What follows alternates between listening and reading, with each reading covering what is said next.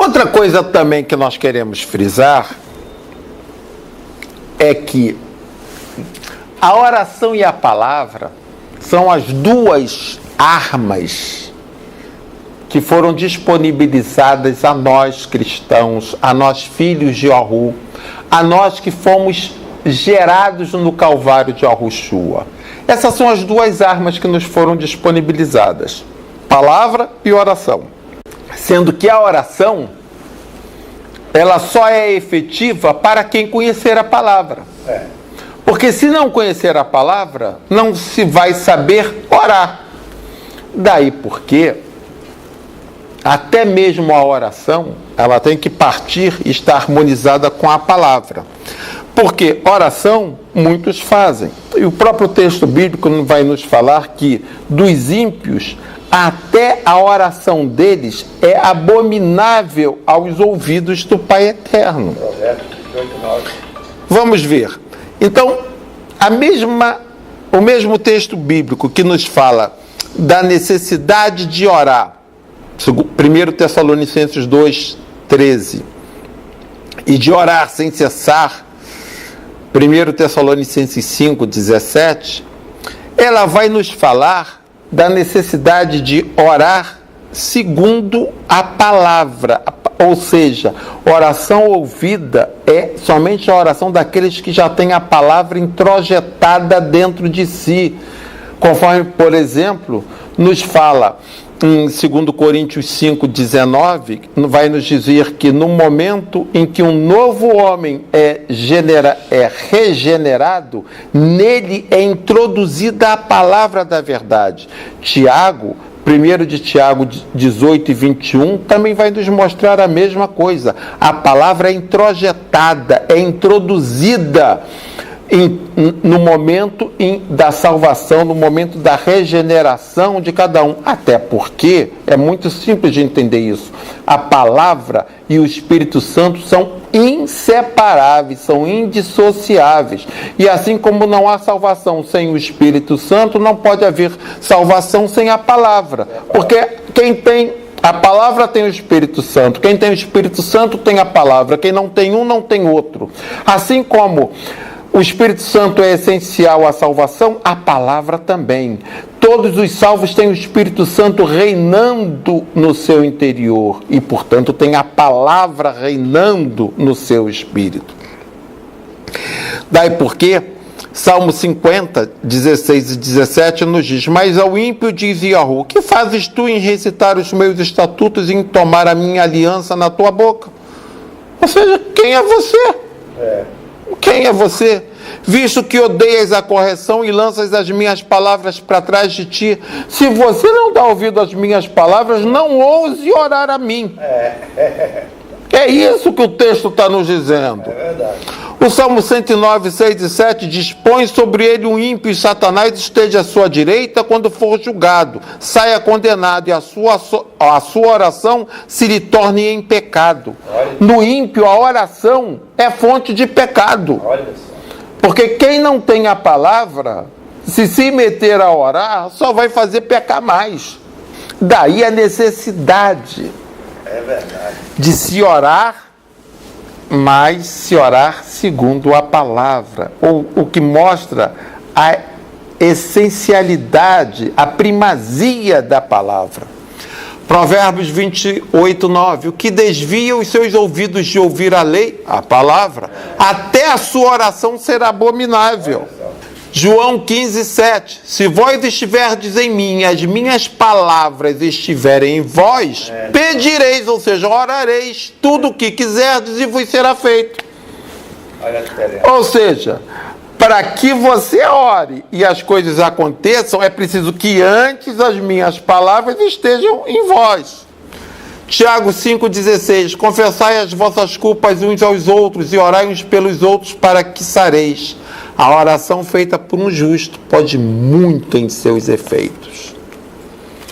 Assim, nós vemos da coexistência de um plano eterno, de um plano perfeito, de um plano imutável, coexistindo com a necessidade de se conhecer a palavra e coexistindo com a necessidade de orar sem cessar, coexistindo com a necessidade de cada um de nós lutarmos incansável e incessantemente pela nossa salvação e lutarmos justamente por termos certeza dela, por termos certeza que o nosso nome está escrito no livro da vida. Então vamos lutar até o fim por esta salvação. E por isso oramos sem cessar, sabendo dos efeitos que esta oração pode na vida de cada um de nós. Mostrando agora alguns poucos textos bíblicos que nos apontam, ao contrário do que dizem os nossos doutos calvinistas, a Bíblia é farta em mostrar que o plano é eterno realmente, que o plano foi escrito de forma imutável realmente, mas a Bíblia também é farta em mostrar que ele foi escrito, que ele é imutável, porque ele foi escrito após sondagem em cada um dos corações, os quais mantêm o seu livre-arbítrio. Isaías 41:4 diz: quem operou e fez isto, chamando as gerações desde o princípio, chamando as gerações, quer dizer, todas as gerações foram chamadas, foram sondadas, foram chamadas à ciência do Pai Yahu desde o princípio. Eu, Yahu, o primeiro, e com os últimos, eu mesmo.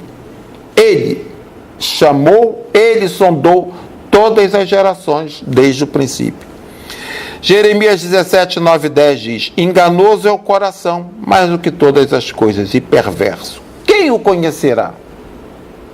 Eu, Yahu, esquadrinho o coração e provo os rins. Isto para dar a cada um segundo os seus caminhos e segundo o fruto das suas ações. Ou seja, o texto está nos dizendo que nada nem ninguém penetra e conhece o coração do homem. O coração do homem é uma terra onde ninguém, nem o dono, nem o homem, dono do coração, o conhece. Nada nem ninguém. Só quem penetra e sondou cada um desses corações desde a fundação do mundo foi Yahu. Romanos 8:27-29 diz: aquele que examina os corações sabe qual é a intenção do Espírito, e é ele que, segundo Yahu, intercede pelos santos. E sabemos que todas as coisas contribuem juntamente para o bem daqueles que amam ao Yahu, daqueles que são chamados segundo o seu propósito. Porque os que dantes conheceu, também os predestinou para serem conformes à imagem de seu Filho, a fim de que ele seja o primogênito entre muitos irmãos. Ou seja, está dizendo que existe realmente a predestinação. A predestinação é uma realidade, ao contrário do que os nossos irmãos arminianos tentam negar, para tentar em ver a forma antibíblica conforme os calvinistas colocaram a predestinação. Aí eles partiram para negar a predestinação. Mas a Bíblia afirma a predestinação. Mas afirma a predestinação nestes termos: porque os que dantes conheceu também os predestinou para serem conformes à imagem de seu Filho, a fim de que ele seja o primogênito entre muitos irmãos. Ou seja, quem são os predestinados que tiveram seus nomes escritos no livro da vida desde a fundação do mundo, desde antes de Adão existir? Aqueles que ele dantes conheceu, aqueles que na sondagem que Yahu fez em todas as gerações desde o princípio, ele viu aqueles corações que iriam se curvar ao calvário do Filho dele, então esses ele escreveu, a esses ele predestinou, a esses ele escreveu os nomes no livro imutável da vida do Cordeiro, que está escrito e selado desde a fundação do mundo, e no qual ninguém abre, ninguém tira, ninguém coloca nada, ninguém apaga nada, conforme está em Apocalipse 5. O grande capítulo no qual os calvinistas se baseiam para tirar dele conclusões antibíblicas, conclusões absurdas, é Romanos capítulo 9. E ali eles vão pegando e vão lendo sobre a história de Jacó e Esaú, que ainda estando no ventre de Rebeca, antes que tivessem nascido, antes que tivessem feito qualquer coisa, o texto bíblico nos diz que Yahu diz: amei a Jacó e me aborreci de Esaú. E aí o texto continua dizendo, veja, antes que eles tivessem qualquer coisa, e Yahu não pode se compadecer de quem quer e não deixar de se compadecer também de quem queira? Quem és tu, ó vaso, para tentar dar ordens ao oleiro? E baseado nesses textos de Romanos 9, os calvinistas concluem sobre um fatalismo, aonde uns, antes de nascerem, foram salvos por graça irresistível, amarrados, a muque, a soco, a tapa, querendo ou não querendo, e os demais foram perdidos também a murro, a faca, a soco, querendo ou não querendo. Mas não é isso que o texto bíblico, quer a Bíblia num todo diz, quer até o próprio texto de Romanos 9. O próprio texto de Romanos 9, após nos dizer isso, principalmente a partir do versículo 11, ele vai nos dizer assim quando chega no versículo 23, para que também desse a conhecer as riquezas da sua glória nos vasos de misericórdia, que para a glória já dantes preparou. Ou seja, o texto está nos dizendo que aquilo tudo que foi dito antes, Paulo está nos esclarecendo que tudo que ele esclareceu antes, o porquê que antes de Jacó e Esaú nascerem, ainda estando eles no ventre de Rebeca, por que já ali Yahu disse, amei a Jacó e me aborreci de Esaú? Não é porque ele achou Jacó bonitinho e Esaú feião, não foi por causa disso, é porque antes deles existirem no ventre de Rebeca, o coração de ambos já tinha sido sondado, conforme nós mostramos antes. E ao ter os seus corações sondados, então ali Yahu já tinha visto o que ia no coração do princípio ao fim de Jacó e o que ia no coração de Esaú do princípio ao fim. Daí o texto, repito, em 9:23 diz, para a glória já dantes preparou. E mais, ainda que o texto em Romanos 9 não nos tivesse dito isso, ainda que não tivesse, nós vemos que Romanos 9 é uma carta. E no capítulo 8, foi dividido em capítulos pelos homens. No século 13, foi dividida em versículos pelos homens. No século 16, mas até então, era uma carta, um texto inteiro. Em Romanos 8, nós lemos antes, já nos havia sido dito no mesmo diapasão, aos que dantes conheceu, também os predestinou. Ora, se ele predestinou aos que dantes conheceu, então por que ele amou Jacó e se aborreceu de Esaú, se o texto diz que nesse exame ele é aquele que examina os corações e intercede pelos que são santos? Isso está mostrando que antes dele amar a Jacó e se aborrecer de Esaú, ele já viu o que um dia seria santo e o que nunca seria santo. E mais, no capítulo seguinte, ao capítulo 9 de Romanos, vem o capítulo 10. E no capítulo 10 diz, 10:9, se com a tua boca confessares a Yahushua e em teu coração creres que Yahu ressuscitou dentre os mortos, será salvo. Ora,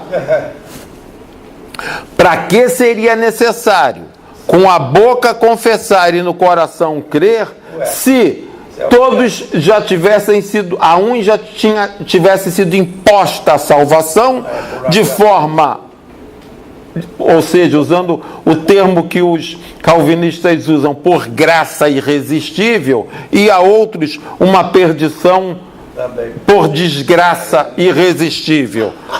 Ora, então a própria Bíblia é só ver o que vem antes do capítulo 9, o que vem depois do capítulo 9, assim como o próprio capítulo 9 vai nos mostrar. Aí sim, agora se faz uma outra leitura do mesmo capítulo 9, sem alterar nada do que ali está escrito. Então, como é que eu leio o capítulo 9?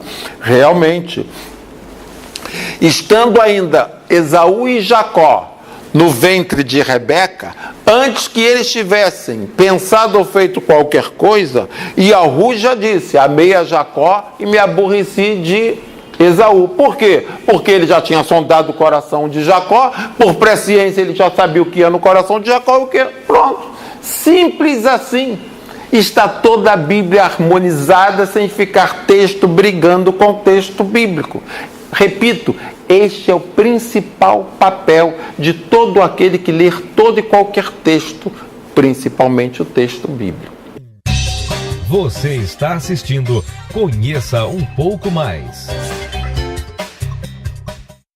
Vamos agora falar do porquê de que aparentemente, repito mais uma vez, existem esses textos aparentemente controvertidos na Bíblia.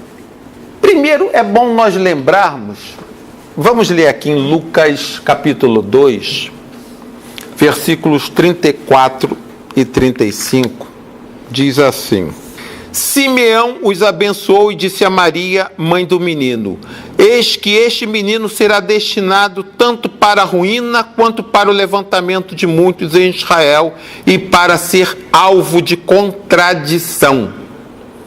35. Também uma espada traspassará a tua própria alma para que se manifestem os pensamentos de muitos corações. Ou seja, foi profetizado já por Simeão que o menino Deus, o único e suficiente Salvador, ele seria colocado como sinal de contradição.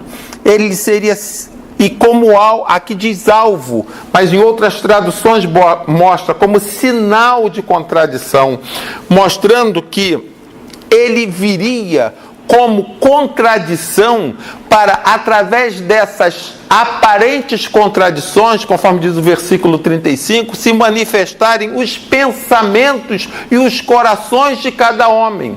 Daí porque cada um abre a palavra e dali um entende uma coisa, porque em tudo que o homem coloca entendimento, ele está colocando um pouco do seu coração. E assim como o próprio Salvador veio como sinal de contradição entre os homens, a palavra da mesma forma. Até porque, se nós lermos Apocalipse 19, 13, ali está escrito expressamente que o nome pelo qual ele se chama é a Palavra de Deus, né? Ou seja, o nosso Yahushua, único e suficiente Salvador, é a palavra do Pai encarnada. Daí porque ele dizia o tempo todo, por exemplo, em João 14, a partir do versículo 10, ele vai dizer que ele não falava as palavras dele, ele falava as palavras que o Pai que estava nele falava. Ele não fazia as obras dele, ele fazia as obras que o Pai que estava nele fazia. Ele era um mero instrumento do Pai. E essa palavra sempre foi colocada na mente dos homens como sinal de contradição. Daí tem alguns que se especializam em escrever sobre as contradições da palavra, né? Daí porque, se nós formos, dando mais um exemplo, se nós formos aqui em Mateus, no capítulo 10, Mateus 10, a partir do versículo 34, tem uma afirmação aqui interessante que diz assim: não penseis que vim trazer paz à terra. Não vim trazer paz, mas espada. Pois vim causar divisão entre o homem e seu pai, entre a filha e sua mãe, entre a nora e sua sogra. Assim os inimigos do homem serão os da sua própria casa. Que coisa estranha. No versículo 37, ele diz: quem ama o seu pai ou sua mãe mais do que a mim não é digno de mim. Quem ama seu filho ou a sua filha mais do que a mim não é digno de mim. Ou seja, como que o príncipe da paz, ele vai dizer que ele não veio trazer paz, veio trazer espada, veio trazer guerra. Na outra hora ele dizia, deixa a paz que eu dou, não é a paz que o mundo dá. Quer dizer, uma hora ele disse... Você veja só, é isso que vão pegando aqueles que são analfabetos da palavra, ainda que conhecedores da letra. Os analfabetos da palavra e conhecedores da letra, como assim é o caso de Satanás, que é profundo conhecedor da letra e totalmente analfabeto da palavra, porque a palavra, repito eu mais uma vez, o que é a palavra? A palavra é letra mais o Espírito Santo. Letra mais o Espírito Santo igual palavra. Ora, é totalmente impossível aos ímpios e a Satanás terem o Espírito Santo. Então eles estão privados da palavra. O que eles têm é a letra. E a letra mata, conforme está em 2 Coríntios 3,6. A letra é para matar mesmo. A palavra é para a vida. Da mesma forma que a palavra é para dar vida, a letra é para matar. Quem é analfabeto na palavra e perito na letra, fica mostrando uma série de contradições na Bíblia. Está vendo aqui, ó? Ele é o príncipe da paz. É aquele que diz, deixe-vos a paz, a minha paz vou lá dou. E aqui ele diz, não vim trazer paz, vim trazer espada, vim trazer guerra. É para botar mesmo pai contra filho, filho contra pai, genro contra nora. Ele está dizendo isso. Mas em que sentido ele está dizendo isso? Ele está dizendo o seguinte, conforme mais abaixo o próprio texto vai esclarecer. Seria a cruz que cada um teria que tomar no seu dia a dia, enfrentando resistências dentro da sua própria família, dentro da sua própria casa, com o seu filho, com a sua filha, com a sua mulher, com o seu marido, com o genro, com a sogra. Isso todos teriam em algum momento das suas vidas e teriam que valorizar mais a palavra, teriam que valorizar mais o amor do Calvário do que até essas relações familiares, as quais devem ser preservadas. A palavra diz que os domésticos da fé devem ser supridos primeiro do que tudo. Mostra o amor que se tem que ter por todos, primeiramente pelos domésticos da fé. Mas, antes mesmo dos domésticos da fé, se tem que ter amor pela palavra, se tem que ter amor pelo Calvário. É nesse sentido que ele diz, isso iria ocasionar em alguns momentos conflitos, e é nesse momento que diz que ele não veio trazer a paz, mas ele é o príncipe da paz. É nisso. Então, são contradições que aquele que só tem a letra e não tem a palavra vão mostrando que são contradições inexistentes. Daí, repito eu, porque que a letra mata, mas a palavra, indissociada da qual está o Espírito, vivifica. É nesse sentido.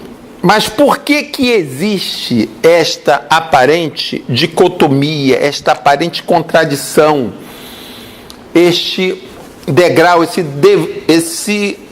abismo, às vezes, ainda que aparente, dentro da palavra? É porque toda palavra ela foi escrita a 4 mãos. Toda palavra, conforme vai nos dizer 1 Pedro 1, 19 e 20, vai nos dizer que toda palavra ela foi inspirada pelo Espírito Santo aos homens. Isso já nos mostra que a palavra não foi ditada. A Bíblia não foi ditada. É muito importante se ter isso em vista. a Bíblia não foi ditada, a palavra foi inspirada. E ao ser inspirada, a palavra, conforme nós já mostramos, ela não despersonalizou o vaso ao qual foi usado nessa inspiração. Daí porque a inspiração dada pelo Espírito Santo é diferente da psicografia. Satanás, quando usa os seus vasos para psicografar, ele despersonaliza o vaso, ele toma o vaso por inteiro, usa a mão do vaso para escrever, a ponto de peritos em grafotecnia já terem feito perícias e constatado que a letra era do morto. Por quê? Porque ali o vaso é despersonalizado na psicografia. Ali sim, mais do que ditado, o vaso vira mero instrumento. Na inspiração do Pai, não é assim. Na inspiração do Pai, cada homem, que também não foi por acaso que ele fez cada homem um diferente do outro, e nunca fez dois homens idênticos, nem os gêmeos univitelinos são idênticos, são diferentes. Quando ele, em todos os homens que já existiram e existem e existirão na face da terra, ele nunca criou dois iguais. Ele está nos dizendo, entre diversas outras coisas, que ele tem um segredo com cada homem do jeito que ele o fez. Cada homem ele o fez do jeito que o fez, porque ele sondou antes da fundação do mundo cada coração que foi criado. E cada coração, após ter sido sondado antes da fundação do mundo, é que resultou da forma que cada um foi feito, do jeito que fez. Cada um nasceu no lugar e na época que nasceu, na família que nasceu, com o corpo que nasceu, justamente porque cada um, repito, foi feito diferente de todos os outros, de acordo com o que foi sondado no seu coração. Por isso, quando ele fez um plano perfeito, levando em consideração, sem violentar coração nenhum de homem nenhum, consequentemente, ele não poderia, na hora de inspirar os seus vasos, despersonalizar os seus vasos. Então, cada vaso que ele inspirou, mas cada vaso registrou a palavra segundo a sua cultura, segundo o seu pensar, segundo o seu absorver e segundo, nós temos que lembrar sempre disso, o que era possível um simples humano absorver do conhecimento do eterno. Como é que nós homens falamos com um bebê de 1 ano? Se nós formos conversar conforme nós estamos conversando com um bebê de 1 ano, ele nunca vai dialogar nada conosco. Então, como é que nós conversamos com um bebê de 1 ano? Ele faz babá, bubu, nós também falamos com ele babá, bubu. Somos nós que descemos para tentar alcançá-lo, não é assim? Porque senão o diálogo vai ser eternamente impossível. Da mesma forma, o diálogo seria eternamente impossível entre o eterno e os vasos que ele escolheu. Então ele não despersonaliza o vaso e ele sabe que essa inspiração será registrada por cada vaso segundo a sua personalidade, segundo as suas idiosincrasias, segundo aquilo que cada um tem nos seus corações.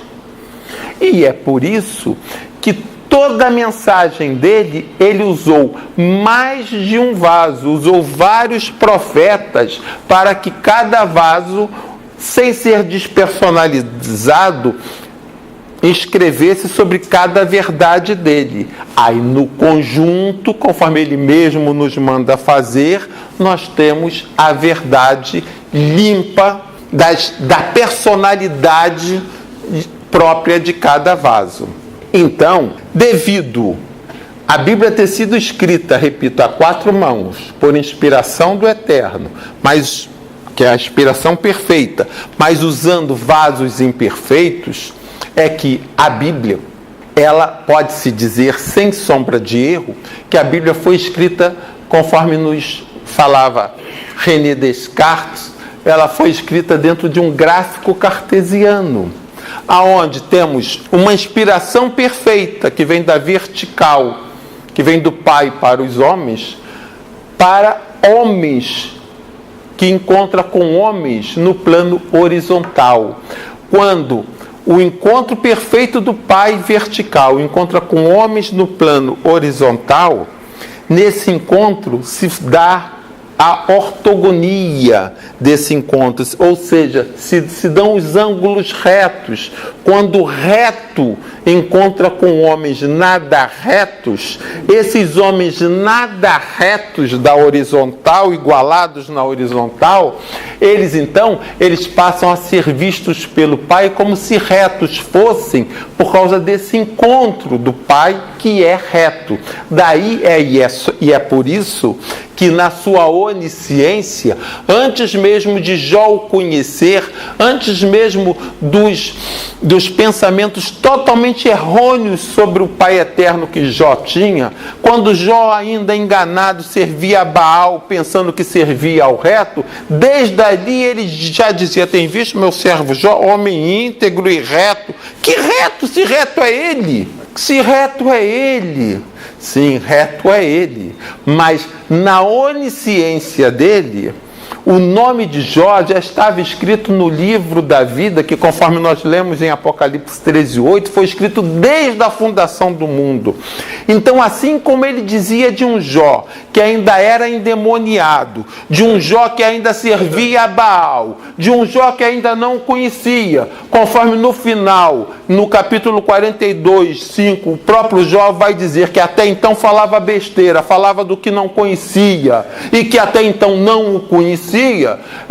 O próprio Jó no final vai confessar isso, mas antes, quando Jó ainda servia a Baal, pensando que servia ao Eterno, mas o Eterno sempre soube, desde a fundação do mundo, o que o coração de Jó iria um dia alcançar, e por isso ele já dizia que Jó era um homem íntegro, reto, que se desviava do mal, e é por isso que o nome de Jó já estava escrito no livro da vida. E então é desse Jó que a onisciência do Pai alcança, mas isso no plano vertical.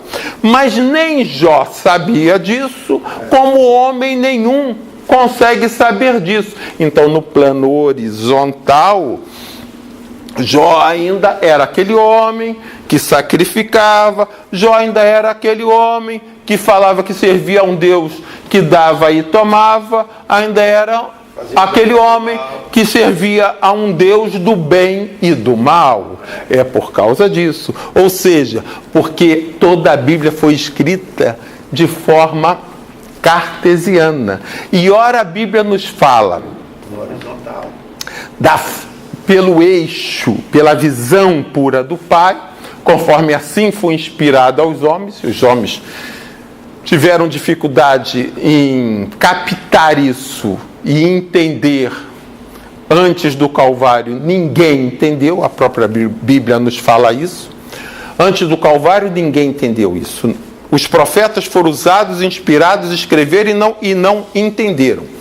É só nós lermos, por exemplo, Isaías 29, no versículo 10, Isaías 30, a partir do versículo 5. Nós temos muito texto bíblico mostrando isso. E todas as revelações da Bíblia foram destinadas à igreja. Antes disso, os profetas não entendiam a inspiração que recebiam, não entendiam sobre aquilo que eles eram inspirados e escreviam. A Bíblia para eles era um livro fechado, conforme o próprio texto bíblico diz. Só em Apocalipse 22 que vai dizer: agora não. Agora a Bíblia já não é mais um livro fechado. Agora a Bíblia é um livro aberto. Então, cada um sendo inspirado e recebendo a inspiração de uma mente do Eterno para corações totalmente imperfeitos, não dava para eles entenderem. A igreja entende Porque não é a mente do homem que vai entender, a mente de homem nenhum consegue entender. Só consegue entender a partir do Espírito Santo comandando o coração do homem. Só o Espírito do Pai no homem é que vai fazer o Pai, o homem, entender isso. E o Espírito Santo só passou a habitar no coração dos homens após o Calvário. Por isso que antes do Calvário ninguém entendia. Os profetas eram usados, os profetas eram inspirados, os profetas escreviam e não entendiam sobre o que eram inspirados e sobre o que escreviam. Então, daí essas questões todas. Então, mas a Bíblia foi escrita, repito, num eixo vertical, sobre a perfeição do Pai. Sob a perfeição do Pai no eixo vertical, a salvação de todos se deu antes da fundação do mundo. Daí Apocalipse 13:8, daí Apocalipse 17:8 e N textos bíblicos outros. Mas no eixo horizontal, dentro do conhecimento humano que eu, você, que nós temos, que os homens igualados no plano horizontal temos, cada um temos que lutar incessantemente, dia a dia, pela nossa salvação. Daí a mesma palavra nos falar: se no teu coração creres e com a tua boca confessares, serás salvo. Esse é o plano horizontal dos homens. Então nós estamos vendo a mesma questão, pegando apenas uma, a salvação como exemplo. A mesma questão, ora nos diz que o nome dos salvos foi escrito no livro da vida por presciência de Yahu. Desde a fundação do mundo, a mesma palavra nos manda lutar incessantemente, dia a dia, cada qual pela sua salvação, sendo indispensável que cada um no seu coração creia e com a sua boca ele confesse. Daí, a questão clássica, a pergunta clássica que se faz: quando você foi salvo? E normalmente quando essa pergunta é feita, os homens costumam buscar o dia em que foi feito um apelo para eles e eles levantaram a mão e então eles foram salvos.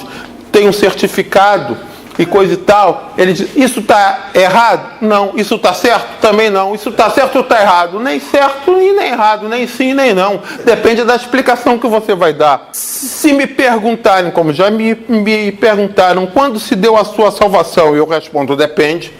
No plano horizontal, no plano do conhecimento dos homens, eu sei a data de 1982 que se deu a minha salvação. Tem até um certificadozinho lá em casa e coisa e tal. No plano horizontal. Agora, se você estiver me perguntando no plano vertical, no plano do conhecimento do perfeito, não tem dúvidas. Eu vou aqui na Bíblia e tem fartos textos para te dizer que ela se deu antes da fundação do mundo. Antes da criação de Adão, eu já estava salvo. Ou seja, a mesma questão, na mesma Bíblia, posta de duas formas. Uma sob a visão do eixo vertical, outra sob a visão do eixo horizontal. E aí quem não conhece isso, quem não tem a palavra, por não ter o Espírito, quem só tem a letra, que mata, vai sempre dizer que a Bíblia é uma fonte de contradições. E é por isso que Simeão foi usado para profetizar que o menino viria como sinal de contradição, para assim ele revelar os pensamentos que iriam nos corações de cada um. Você está assistindo Conheça um pouco mais.